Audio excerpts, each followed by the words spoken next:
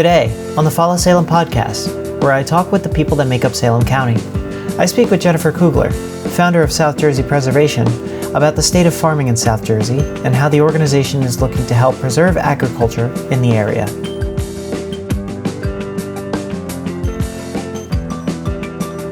Hello and welcome to the Follow Salem podcast. My name is Gavin Schweiger. I'm managing editor for Follow South Jersey, and today I'm here with Jennifer Kugler, the founder of South Jersey Preservation.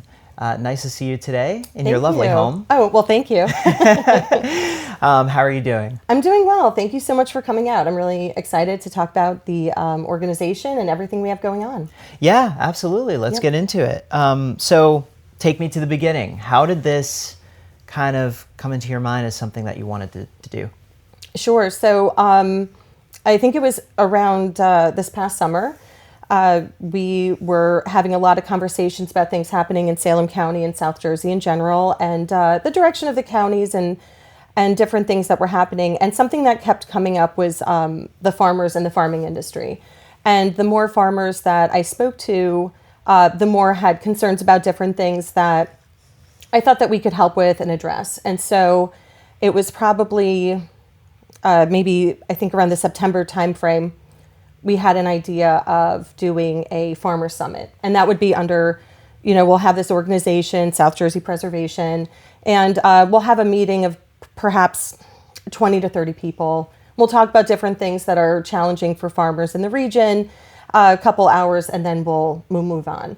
And once that was announced, the response was immediate from the community wanting to support that in terms of providing because we're like grassroots, so we don't have money for this event. We're just like, well, we're going to gather people. But the response from the community was immediate as far as like, what do you need? How do we help you? How do we get this rolling? And even from the farmers that signed up. So from September through November, we built the agenda. We raised funds from anywhere from corporations that wanted to support us all down to just regular people that, threw $20 in to support the initiative. And we've raised over $16,000 for the event. We had over 160 people attend in person. We had about 55, 60 people on a waiting list. And it was an entire day of content, of partnerships, of speakers. And really that kicked off what we're doing now. That set the tone because the entire point was that this was for farmers by farmers. So at the event, we talked about different initiatives, really asking them, what do you want? And they told us, and now that's what we are doing. Awesome. So yeah. I think before we kind of dive into the initiatives, what do you think got people so interested in this summit and the work that you were striving to do to like give so much money as well? Sure. This region is really built on agriculture, right? So I think if you don't own a farm, you live next to a farm, or you buy your summer produce from a farm, or you at least just like looking at farms. So at some point, everybody is influenced by the farms around them. So I think it's one of those things that everybody can identify with in a number of different ways. But one of the big things was just looking at, are there new farmers coming into the industry? Seeing family farms being sold, and just a general understanding that I think we just need some more community support. And so the community wanted to come to the table to support the farmers and really ask, okay, well, what do you need? And I think the farmers joining this initiative to say what they expected from the community and what we could do to support them. Yeah. So what is it that got you interested in farms and farm preservation and agriculture? Yeah, great question. So I grew up on a farm. When my great-grandparents came from Poland, they started a farm, and then all of my relatives worked that farm, and then that was our family farm. And so I have that in my blood from just living my life on a farm, doing my summer chores on a farm, understanding what it takes and the sacrifice it takes to even have a farm, and then really what that means for your family. And a lot of times I see it from the farming perspective. Most farmers are not in farming to be for the money, let's say. They're in it for the independence. They're in it because they love it. They're super passionate. They're it's just what they know. It's their life. It's in their blood. And so they have this passion for something. And I want to make sure that we're doing everything we can to preserve that. And we're giving them the support that they need to be successful. Because I really value that. And I see a lot of those qualities just kind of, it's not always in the next generation, or there's this gap and there's this separation between the community and between farmers, and we wanted to close that gap. So you have all of this farm experience yourself. You're hoping to give something to South Jersey farmers. You're always South Jersey farm based? Yeah, so Salem, Gloucester, and Cumberland right now. Cool. So, what are the biggest issues that farmers are going through right now that you're trying to work out? Yeah, great question. So, there's a couple different ones that we can hit from a few different angles. One of them being is the energy, with bills going up. So when you look at their profits, if all of their profits are going towards paying for energy, they can't reinvest in their farms. So the energy issue is definitely hitting them really hard this year. And it seems to be one of those things that not a lot of people want to talk about, just because it's the perspective is like, well, what are you going to do about it? Like, what can we do? But these bills keep rolling in, and they're cutting into all of their savings. So that seems to be one of the things that's probably stressing many of them out the most. Not all of them, because not all of them have like a high energy operation, but probably 3/4 at least. And that was even when we did our survey for the summit, when we were asking, like, what's your biggest issue? And they said energy. And a few of them said it's probably less than 8 years they have, if we keep going at this, where they will be able to stay in business. Some even answered between 3 and 5. So that's probably the biggest lead for, and my one of my biggest concerns. There's other things that we can do, though, as far as like increasing business, which is why we have some of our different initiatives I can get into later, but offering different opportunities and then bringing the community to the table so that they can meet their local farmers, and that we can kind of increase that culture of farming with the newer generations of kids and people. So when we're talking about energy, are we talking about, I guess, the electricity, oil, gas that's needed to run the farm? Yeah, electricity is really big with that usage, but it's really all of it. It's just increased. So what do you think is really driving those bills up? What's that pressure that is making it difficult for these farmers to pay for the electricity? It's just that the bills have increased, but their operations haven't changed. So I think that's just the general energy conversation in New Jersey. It's not necessarily Salem County based, but there are farms that have been doing the same operation for 50 years. And it's really just been in the past probably 5 to 10 where year after year they're seeing a threefold increase in energy costs. And that really hits when you get these bills. Other items being, fertilizer costs are absolutely astronomical, and even being able to sell their products if you have imports. And so there are so many things that we can't influence, but there are other things that we've been focused on. If we can talk about them more, or educate, or even lend a hand, that's what we've been trying to do. Yeah, and of course the answer can't be just inflate the prices of the food, right? Because then you're competing right. with all of these big supermarkets, right?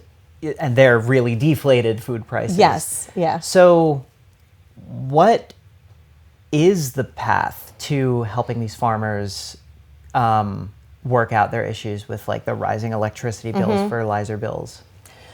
So you're right. They can't they can't compete with a tomato in ShopRite, let's say, that is imported, that's maybe 25 cents a tomato or 50 cents a tomato. Theirs don't cost that much. So they have to sell their product for what it costs, and they have to be able to make a profit. Many of them feel pressure to lower their costs to compete, but that's been part of the conversation, is like, but they're not the same. The tomato that's in the store has a totally different purpose than the one that's an heirloom variety that's in a field or that's grown by a local farmer. And I think the community agrees with that, where when we've talked about even having the farm markets, the prices at the farm market are not going to be the same prices at a grocery store. It's going to be a different price. And so just making sure that everybody understands the value of what you're purchasing when you're at a farmer's market, that the value that the farmer is setting to that product is actually giving them a revenue so that they can pay for their costs. The other side of that is there's other programs out there. I know that there's some folks are looking into solar to try to offset some of those costs. I won't speak too much to them. I know that there's grants and some other things that people can go through in order to do that, other energy saving costs. But kind of taking a step back and looking at this from a larger picture of just New Jersey in general, or the grid in general, and saying, the danger being is if we keep going in this direction and the farmers can't, that's a lot of tomatoes when you're talking about a 3 to 5-fold increase in cost. You can't compete with that. It becomes, you get to a breaking point where now the farm just goes out of business. They can't keep taking on debt. And now all of a sudden you have farms for sale. What's going to happen to those farms? And now all of a sudden you're completely changing the entire landscape of where you live, where now you have too many farms, no one's working them, and then developments or different things come up. Yeah, I mean, that is kind of a big thing that New Jersey has been doing for, I want to say, the past 50 years, is just developing farmland that can't be worked anymore. Where I come from, Marlton, we had a huge dairy farm business. We had a lot of cranberry bogs. Oh, yeah. But, there's not many farms left because a lot of it is now residential or commercial development. Is that something that is happening down here as well? And, is there a way out from that? Yeah, that's a really good question. That's basically what drives us, right? So I don't know. I don't know the answer to that. I mean, I think it's a possibility if we don't change. And not really even change. So right now, everything seems relatively stable. I think the numbers for Salem County have been stable over time, but there's that risk of now you're throwing rising energy and fertilizer costs and everything else into the mix. What's going to happen? And when you're getting feedback from farmers saying, "Hey, this is making me nervous," that's something. And there's not a relief in sight, right? Like we're not saying, "Oh, well, in a year or two we have this new option available and just hold out a couple more years and get through." That's probably one of the things that makes me nervous, is we don't even have a plan yet that I could see. Yeah, I mean, it's not necessarily something where you can just tell farmers, hold out for a few more years. Some of them are on that precipice where it's, it's make or break. Yes. Yeah. Yeah. And I think that's the challenge of feeling overwhelmed. And I know when we've even talked about the topics at the summit, where we've had different people mention, well, there's 1,000 more problems that need to be fixed. But right now we can fix what's in front of us. We have to be solutions based, and we have to look at these problems from a root cause perspective. So looking at a problem with a Band-Aid, from a Band-Aid. So say the energy costs, where we've talked about, okay, well, is this something where we could manage it with subsidies or some type of, I don't know, like a financial grant or money? But at that point, that's a Band-Aid. It's not to the root cause of why is there an energy crisis? Why are these costs so high? And then how do we address that? Because then it solves the problem for everyone. The extra money that I think a lot of people and other families around here, where they've seen their energy costs go up, that's taking money away from what they probably would be spending at the farm stands and what they would be spending at these other stores. And so you have to look at this from like a comprehensive statewide perspective, solve the solution or solve the problem. That solution is going to fix a lot more things than just trying to single out a couple of farmers and offsetting a couple costs year after year. Treat the cause, not the symptoms. Yes, yes. Mm-hmm. So with this summit and kind of where we're going after it, you do have some initiatives that you're pushing to help these farmers. Can you tell me about some of them? Yeah, absolutely. What we can control is bringing more business in. And so there's a couple different initiatives with helping the farmers either get more visibility or sell more product. And that's something we can control. That's something relatively, I don't want to say easy, but it's manageable. So one of those items being from the sales perspective was bringing J. Ambrosi and Aramark to the summit as global and national supply chain companies, to introduce them to different farmers, to say, hey, if you're a moderate to large farm, you can get into the supply chain and we can get your product out. We could be distributing it not only to Philadelphia, but nationwide, even globally. There were other initiatives with, we just came up with, called the Local Table Network. And so that is just something that we're managing internally, looking at local restaurants and local farmers, having them sign up. It's free. They just fill out one of our forms. And then every week or every other week, I'll send restaurants a list of farmers with the products that are coming up and saying, hey, if you're interested in, now we have asparagus season, leafy greens, collard greens, spinach, and maybe strawberries will be early June. But hey, there's all of these fresh produce coming up. Find your farmer and reach out directly, or having the farmer reach out to the restaurant and having them start to build those relationships together. Because if we could get in that, you're taking the supply chain from a chain down to just basically one link, right? The farmer and the buyer. And then the smaller scale being the series of farmers markets that we just launched. We have 4 locations for this summer. We do not want to overwhelm the market, so we didn't want to do any more. These were kind of the main requests that came in. And we'll see how this runs this year, but each location gets 1 market per month. We still want people to go to the permanent stands and even the roadside stands, but this gives everyone that cultural change from the community perspective of what it's like to meet your farmer and know where your food comes from and actually eat in season. And then the smallest initiative that we have, but that's probably the furthest reaching, is mapping out all of the farm stands in South Jersey. So we're still getting all of that information in. I think I have about 80 submittals so far. So we have a lot of farm stands, but it also reaches, now we're going down to Cape May County as well. So we're getting these requests to just grow and have this bigger footprint so that people can find the younger farmers, maybe even kids that are growing in their garden that might have a melon stand, or somebody with a larger garden that has fresh tomatoes or something else, where you could be supporting your local neighbor or farmer. This is so interesting because it's so grassroots, but at the same time, it's so wide-reaching. Yes. So I kind of want to almost dissect each one a little bit. So with kind of the larger supply chain initiatives, you work for Aramark, correct? So has that been able to kind of connect you a little bit better with using Aramark and other bigger supply chains to meet with the farmers where they are? Yeah, so Aramark it's global. They're huge. They have been such an incredible partner with just the different teams that heard about this initiative, and they were just all in. Like, how do we help? They came out and they were one of the presenters to just talk to people one-on-one. And a lot of people think they have to be this gigantic farm to even qualify.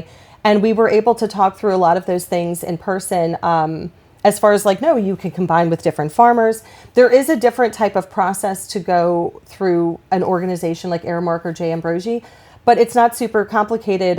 It's basically a form that they fill out. They get their name in queue. And then I think they do have to meet different health standards because it has to be processed and go out. But just bringing people with a name and a face to the table, you're not talking to a major global corporation. They got a chance to talk to Chris Schilling and Hamza Fjord, that was the other person that deals with, they have like a specialty department that deals directly with farms and local suppliers. So it was really interesting to see that, like that connection happen. And then with Jay Ambrosi being right out of Swedesboro. So we have a local person that's like, if you don't go with Aramark, we're here, we're ready to work with you whenever. And so I haven't been directly involved in that brokering, but we've had, but everybody has their name, and we've been having conversations about who might qualify and how to get that moving along. So even with these bigger companies, you kind of brought them together in the same room, and then they're kind of working it out on their own. Yeah, and they're really interested. They've even kept in contact, and we've been emailing where they're like, once we get into season, like let us know if you have extra. And they also have other connections with nonprofits in Philadelphia. There's other distributions locally where it's funny, we're in South Jersey, but we're 30 minutes from the city, and they're like, there's no reason why we can't have connections and distribute in Philadelphia. So looking at South Jersey as a distribution hub, and from that perspective of the larger farms and mid-size for sure.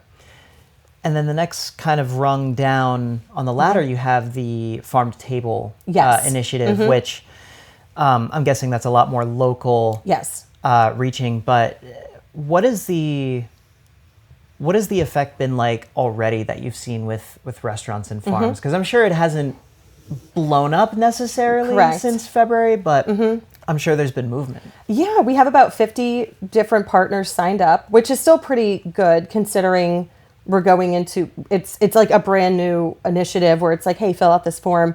A lot of interest, and it's really cool because I have like a column there that says like, I mean, how do you want to get this food? Because we're not delivering it.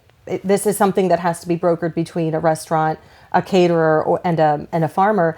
But even a lot of the farmers are offering like, hey, I'll drop it off. If you're within 10 miles of my farm, I'll just drop it off, anything you need. And the restaurants are even offering to pick up. So they're putting all of that in the notes. So the new season that's coming up, we have asparagus. I think that's not going to be for a few weeks yet, but we're going to really start to see if there's going to be any, what those relationships will look like. Again, I'm not managing, I'm just kind of putting everyone in the same room and letting them have that discussion. But one of the things that we want to do this year is take some type of measurement of either those sales or the pounds exchange, just so that we can understand if it's working and how to improve it for next season. And so I know a lot of restaurants locally already have some of those connections, but they're looking to broaden it, where they're like, well, I have a tomato guy, but I don't have like a lettuce guy, and I don't have a mushroom guy or whatever. So there's definitely that need where they're searching for fresh ingredients. And I think the community wants to see that. So we've had a lot of people in the community that are like, I want to see that list of who's buying local, because that's where I want to shop now. So it's good for restaurants too. Yeah, I'm also interested, I guess, in the non-farmer, the community aspect of it. These initiatives are not only, I guess, affecting the farms and the restaurants, but there is a niche of people out there, at least a niche of people who are very interested in getting fresh food, fresh local food. I guess, how have you seen the community respond to They're the obsessed. initiatives? They love it. I'm really pleased. I didn't know. So when we talk about all of these initiatives, right, we're 6 weeks out from Farm Summit. So a lot has happened so fast. The farm to table thing is maybe 3 weeks old. So when I'm saying we have 40, 50 people signed up, that's within 3 weeks, and basically through Facebook communications and a couple emails.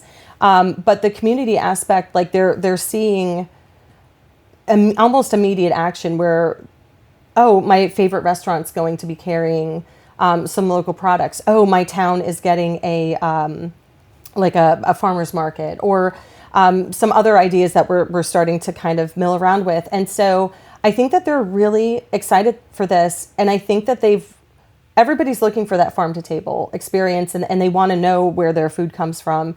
So it's been really rewarding. Like that has been what has been keeping us going, is that feedback. Do you think this is reaching wider than because there are people who are definitely very interested in like local food. I'm very interested in local food. I try and go to my farmers markets and but I am aware that most people that I know are very happy going to ShopRite, getting their tomatoes from who knows where, or going to a restaurant. Doesn't really matter where the food comes from. Right. Is there any shift in maybe some of those people that you might not have expected would be interested in these kind of initiatives? Yeah, I think so. Because before there might not have been those options. If you're going to the grocery store, they might only have either no section or a super small one. But now all of a sudden, when you become aware that there's 10 farm stands within a 5-minute drive for you or 10-minute drive of you, you know the person that's selling that to you. Now you have a personal relationship. I've seen it with certain people that maybe I didn't expect. And I think it's also getting past what I think we've tried to focus on. You don't have to be 100%. There is no expectation because the price is more, right? So for the consumer, there's zero expectation that everyone's going to do 100% of their shopping at all times locally. But if you can swing it, and if there's something like, maybe I don't care where my carrots come from, but during the tomato season, I'm going to be buying at least my tomatoes local, because you can't have a Jersey tomato sandwich without a fresh tomato from your local farmer. That maybe is what's going to matter. Or we have a number of different ranchers around here that have meats and poultry. And when you are doing something special, just starting to be more conscious of where those items are coming from, I think is what's making a bigger difference. And getting away from perfection and more just about including new things. And I think that's what's going to help. Why do you think that it's so important that people are conscious about where their food is coming from? Because I'm once again, I love local food. I'm conscious. I like supporting local farmers markets, and I think the food tastes better. Yeah. But what's your opinion on like where that should be in the conversation of like why we should be buying more local, supporting our farmers? So I have 2 kids that are young and they're in sports, and it's busy, and I think in years past, there's a shift between I'm too busy to shop local, or you're on a budget. Like it is more expensive if you're going to get something local, and maybe you don't know where to find it.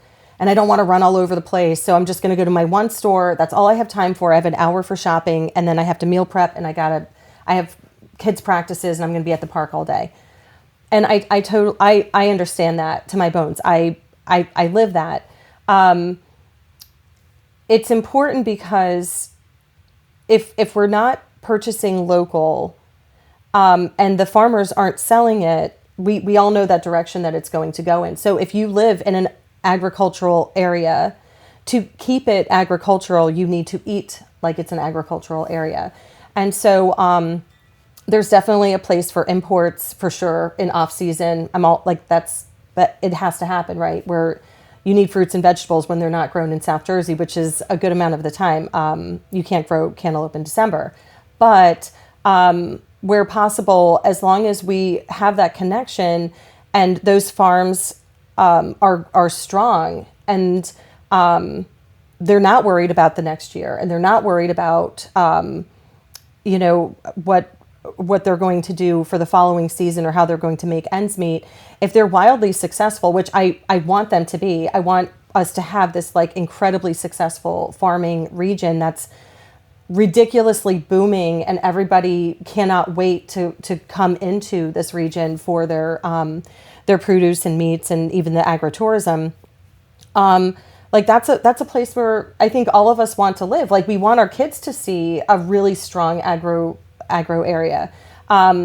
So I think that's a little bit of the concession that we have to make. And also getting away, this is one of my tricks of, I think in my mind, thinking that every meal had to be this like complex meal of a million different ingredients.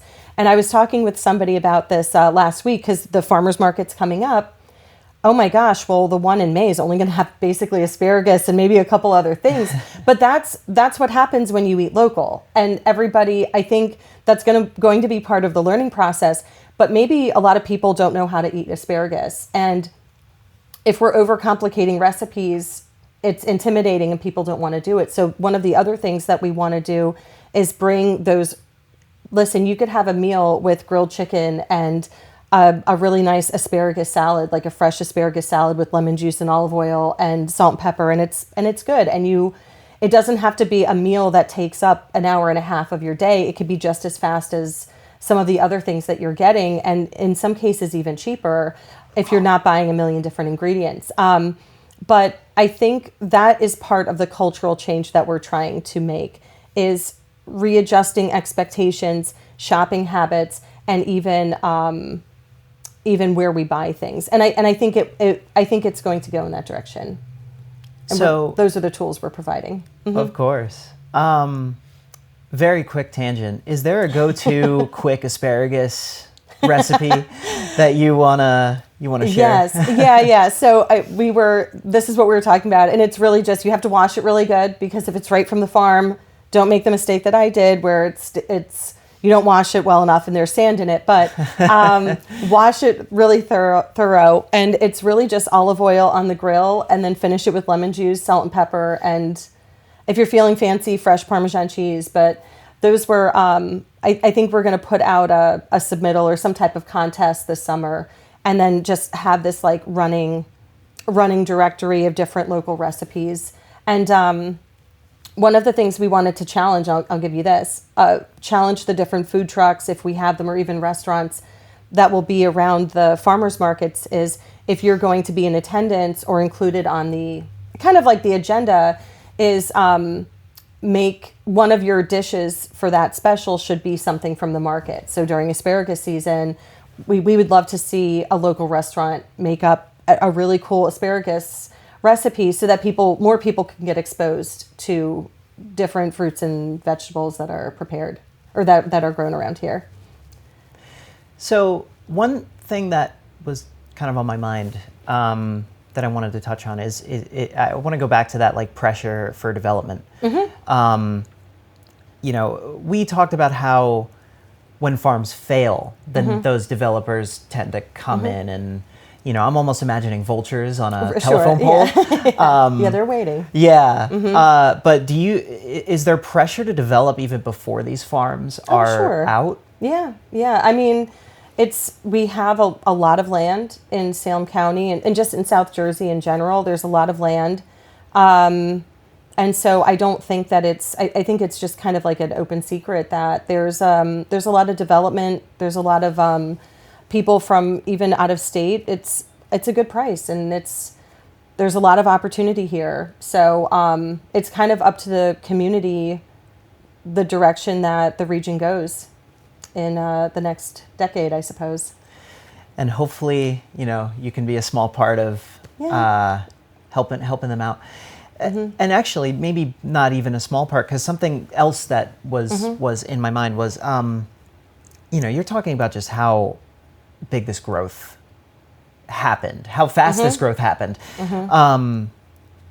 I'm imagining you as like filling a void that mm-hmm. was there before. So I'm wondering if you have any thoughts on, almost why now? Like, why mm-hmm. wasn't this void filled before? Mm-hmm. And I guess, how did you think that you were the one that was going to bring this to the table? I honestly, I don't know. I think it's a little bit of timing. It was something that there's a lot of really hard conversations that have to happen for us to get to this point. So everything that you see has come from about a couple hundred hours of interviews with farmers. It's getting to farmers where they trust me enough to tell me what's going on. And that's not always something that they want to talk about publicly or to an outsider. There's also a little bit of, if they say something, and I don't ever disclose any conversations I have with anybody. Mm-hmm. So anything that they tell me, I take it, and it's a data set, and I see if it's a trend that's happening. And so I don't know. I just, from those conversations, I started getting this this picture that wasn't perhaps painted by others that have been in it, and that's what I acted on. So I acted on the information that was in front of me, but also looking at it from the consumer end.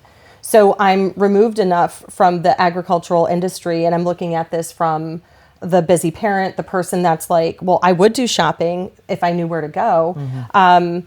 And so I think that was probably a good combination to see things and to take some type of action. And that was one of the reasons why we have like an app that goes along with our website. And it was one of those things where, as a consumer and a busy parent, and then also from the agricultural side, where the consumer in me is like, I don't know where to shop. So we made this directory, almost like, it's not like Amazon, but like you would go onto an app and say, where can I buy my beef? Where can I buy a bunch of veggies? Where can I go this weekend? And we compiled all of that into a list in a directory where you have farming meeting consumerism in a really good way, where they complement each other. So I'm not,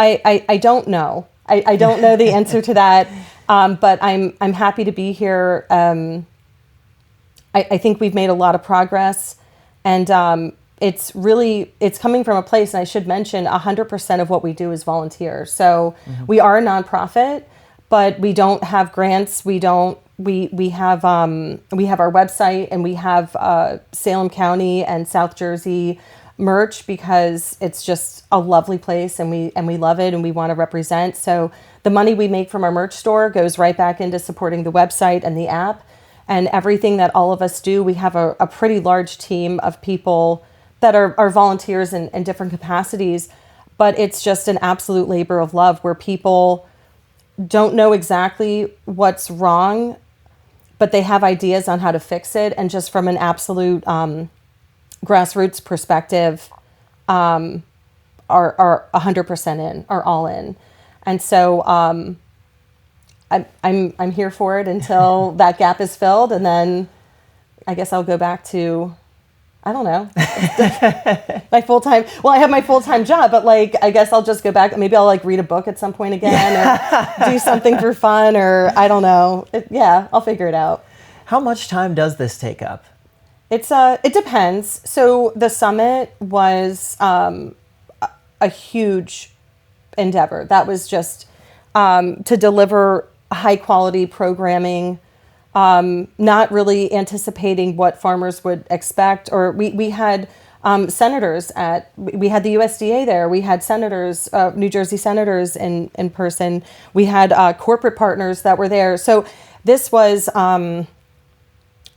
this was the launching point of what we were bringing to the table, that had to be absolutely perfect, professional. I had different farmers that were coaching me during that whole time, and they gave really good advice, where they were just like, you can't screw this up. If you screw this up, the farmers won't talk to you anymore, which is really fair advice. It was honest. You need that honest advice. We're going fast. We need it. Mm-hmm. So that had to be an absolutely perfect event that delivered value, action immediately, and it had to be professional. It had to make almost every single person that was in attendance happy. They had to take something away from that.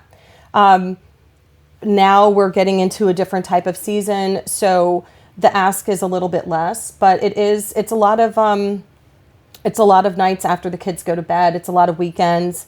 If we're traveling for wrestling and I'm in the passenger seat, making content, you have to have engaging posts. We have to be present. We have to deliver a message. It has to be engaging but applicable. And so it's been a lot, but probably, I don't know. I'm happy to be doing it. Mm-hmm. I think it's super valuable. I think it's received well.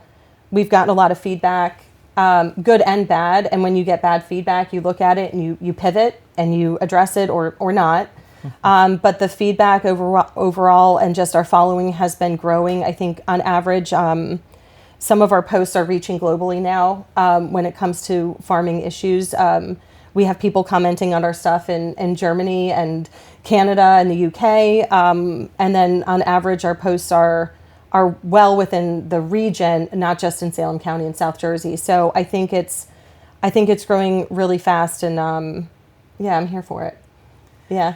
So you mentioned a couple of times now that like the farmers were very hesitant to talk to you at first, and there is that air of like, you either do this right or they'll never talk to you again. Yeah, that's fair. Where is that hesitancy coming from, other than you being an outsider? Yeah, I think that's probably it though.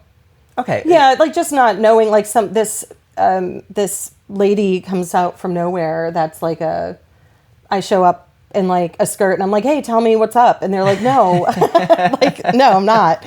But also, they've told their story a lot. They've told a lot of people what's going on, and maybe if nothing changes or things don't happen fast enough, they're just like, well, what's the point?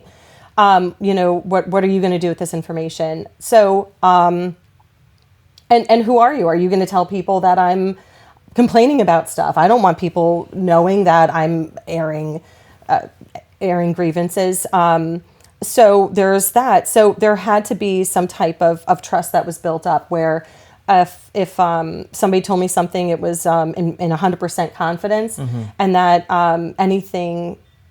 any information that I was given, we would basically do our best to act on in a way that made things better for them, not in a way that put more restraints on farmers. And I think that in some ways is a direction that a lot of regulations and other things happen, where all of a sudden you're regulation stacking or you're getting into mixing business and all this other stuff, and it just makes a mess. So I think there is a little bit of that hesitancy as well. It makes sense. I mean, it sounds like these farmers have been hurt before. Yeah. And I'm sure that there have been many people who have tried to help, and maybe they couldn't. With maybe good intentions, and not all of them feel this way. So it's not every single farmer is feeling this way. But it would be like me coming up to you and saying, hey, tell me everything about your industry. And like you're like, no, I'm not going to tell you anything. So I think it's just getting to understand, where is this going? Am I wasting my time with this organization? What are they going to try to do? And then once we hit the summit and they saw everybody that showed up for them, there was even hesitancy with like, hey, the community doesn't like us. The community isn't supporting us. The community, I put out my farm stand, or my little farm market stand at my farm, and people are still going to grocery stores to buy things, and my tomatoes are rotting on the vine, and I might just plow it under. And so you have people that feel like they're bringing a really good product to the community, and like, why aren't more people supporting?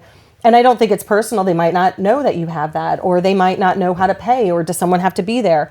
And when we had the summit and you have $16,000 worth of local money that businesses and individuals put into it, it really helped, I think, with the optics of like, no, we're here for you. Like 100% we're here for you.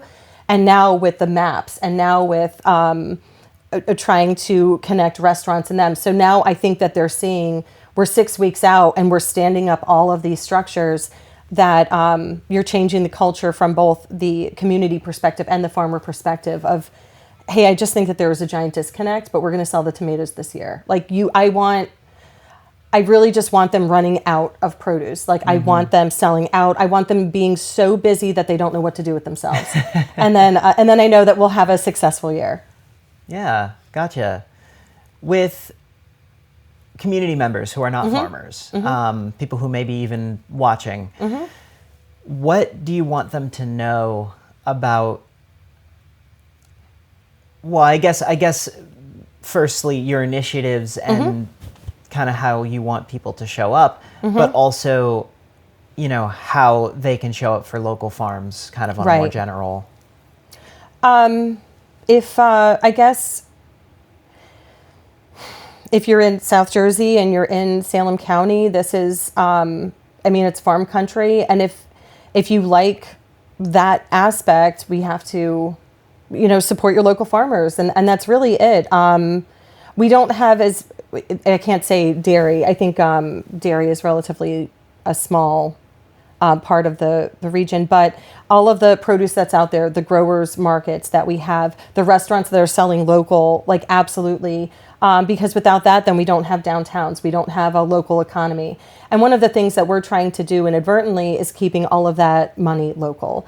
And so stronger downtown businesses, stronger markets, and I think there's so many fun things that are happening when the farmers are successful. That's when you're seeing more of the agritourism events, the hay rides, all those other things for families.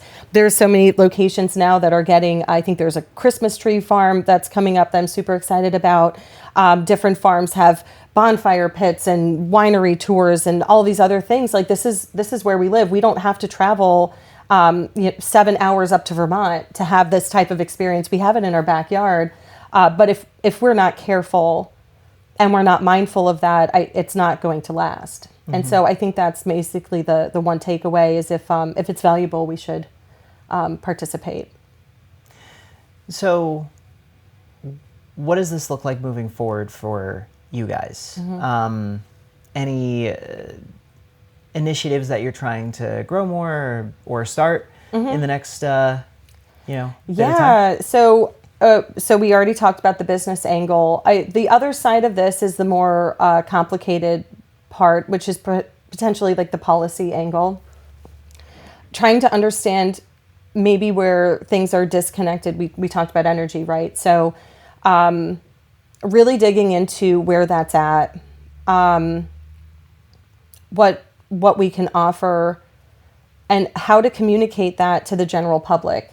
Because that could be something you can't, there's not an amount of tomatoes that you can sell to get out of that hole once we get into it.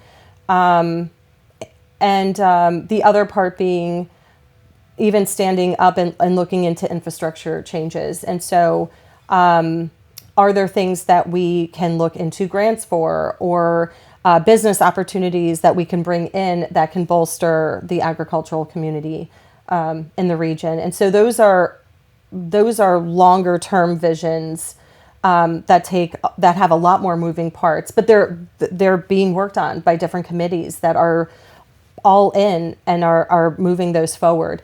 And so they're going to be running in the background as we get into the grower season and work on the local economy. I guess since we're getting into maybe the first spring yes, that you guys have done. How are you feeling readiness wise? Ready to go. Yeah? Ready to go. Let's do it. Let's go. I think, like I said, I'm feeling great. I think the community is going insane for everything that we have. The farmers have been, every day I get 5 to 10 emails of them signing up for different things and looking over the work that we have. So I'm all about it.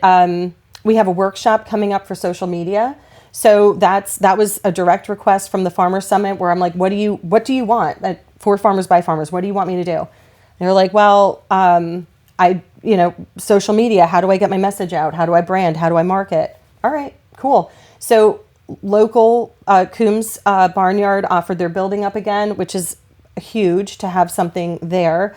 And then 2 local businesses, Tina Turner Photography and 9 Cups Marketing are 2 local marketing and photography businesses that are going to be volunteering their time to build the criteria to teach a workshop, an interactive workshop for farmers of how to grow their business. And it's we have a $15 charge on it to attend, just so that that money will go towards actually whatever we make on that will go towards the farmers markets. We'll need stuff for signage and print material, but that's rocking and rolling. We have other content that's coming up. We're already planning for the 2027 Farmer Summit. Like we're going. Let's do it. Let's Awesome. go. Yeah, it's going to be great. Sounds great. So where can people find out more or get involved about you guys. Right. So we have an app. So that is South Jersey Preservation. It's on Android and the App Store. That's going to probably be more user-friendly, and that's going to have a lot of this shopping information, where to go, different stories. Even we're trying to get in all of our history pieces and cultural pieces all intertwined, just so that people can understand more about South Jersey. We have our website, which is Salem County or SouthJerseyPreservation.com. And we have newsletters. So as soon as you go to that website, right at the top, it says sign up for our newsletter. We do one of those a month with different stories and initiatives. And then on Facebook, try to stay really active on there, at least a post a day or every other day with different things that we're rolling out. Our schedules, our events, everything is posted there. So, and that's South Jersey Preservation. Jennifer, thank you so much. Thank you.